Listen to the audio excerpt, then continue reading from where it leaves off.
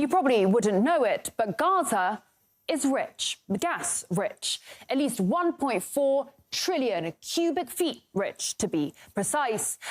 But there's a catch.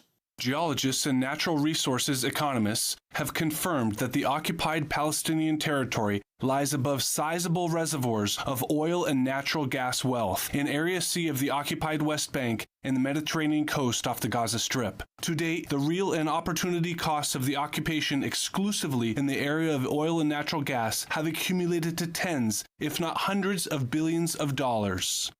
Back in 1999, the Palestinian authorities signed a deal with British Gas.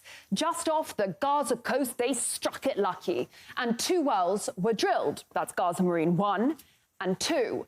It was a multi-billion-dollar gift from God, an economic boon both home and abroad. This is one of the key messages here today. There will be gas available for export. And from my conversations with Palestinian officials, including President Arafat, it is clear that they have no interest in just sitting on a gas surplus. Fast forward to 2007, Hamas comes to power and Israel launches an offensive on the Gaza Strip, leaving behind 1,400 dead Palestinians, but taking with it the gas fields. Now, within the year, Israel announced the discovery of the Leviathan natural gas field, which did include Gaza's riches, all in all valued at $453 billion. Now, since then, Gazans haven't seen a shekel, or to be more accurate, they have been denied around $47 billion in revenue. As for Tel Aviv, well, it's gunning to become a new hub. This is a historical moment in which the small country of Israel becomes a significant player in the global energy market. The Memorandum of Understanding will enable Israel, for the first time, to export Israeli natural gas to Europe. And it is even more impressive looking at the significant set of agreements we signed over the last year, which position Israel and the Israeli energy and water sectors as a key global player. Let's just run through this then. At that moment in time, so we're talking 2022, Russian oil and gas was sanctioned. Iranian oil was sanctioned. Syrian oil fields were, and still are, illegally occupied by US forces. Now, the key port of Latakia was being bombed by Israel, and the port of Beirut, the gateway to the Middle East, lay in ruins. Enter this small country of Israel right here with its seas of gas, its working ports, an answer to Europe's problems, and perhaps, most critically, the US blessing. Because in case you didn't know, US Congress has decided that Israeli energy is in the highest national security interests of Washington. So DC was only too happy for Tel Aviv to become a key global player. After all, it had itself previously mulled over ways in which to make its 51st state a window onto Europe. Another interesting application of nuclear excavation would be a sea-level canal 160 miles long across Israel, connecting the Mediterranean with the Gulf of Aqaba and thus the Red Sea and the Indian Ocean. Such a canal would be a strategically valuable alternate to the present Suez Canal.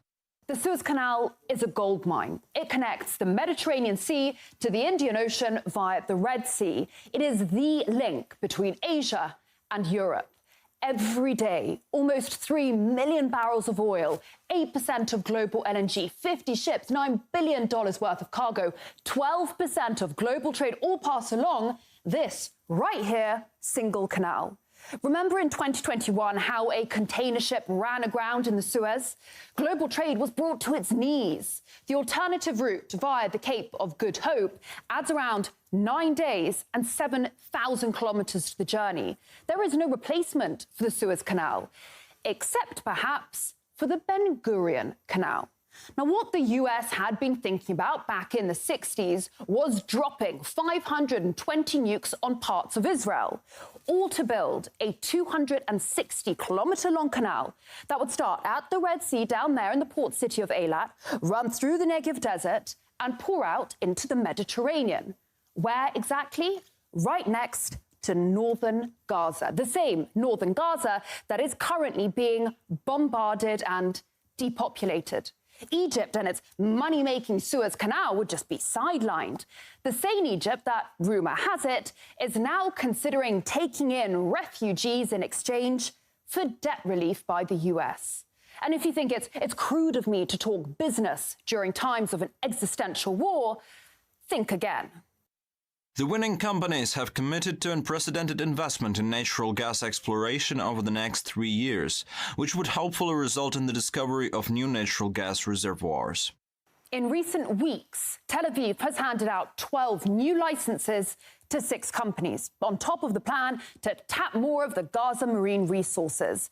This area is a strategic gold mine. The Israelis have their largest foreign base down the Red Sea, just off Eritrea. And here, a bit further down, well, Beijing has a naval base in Djibouti, a key piece in its enormous global infrastructure project, the Belt and Road, hated by London, Brussels and Washington alike. Always ask yourself, cui bono, who benefits? Because war is horror and war is hell. But never forget that war, above all else, is big business.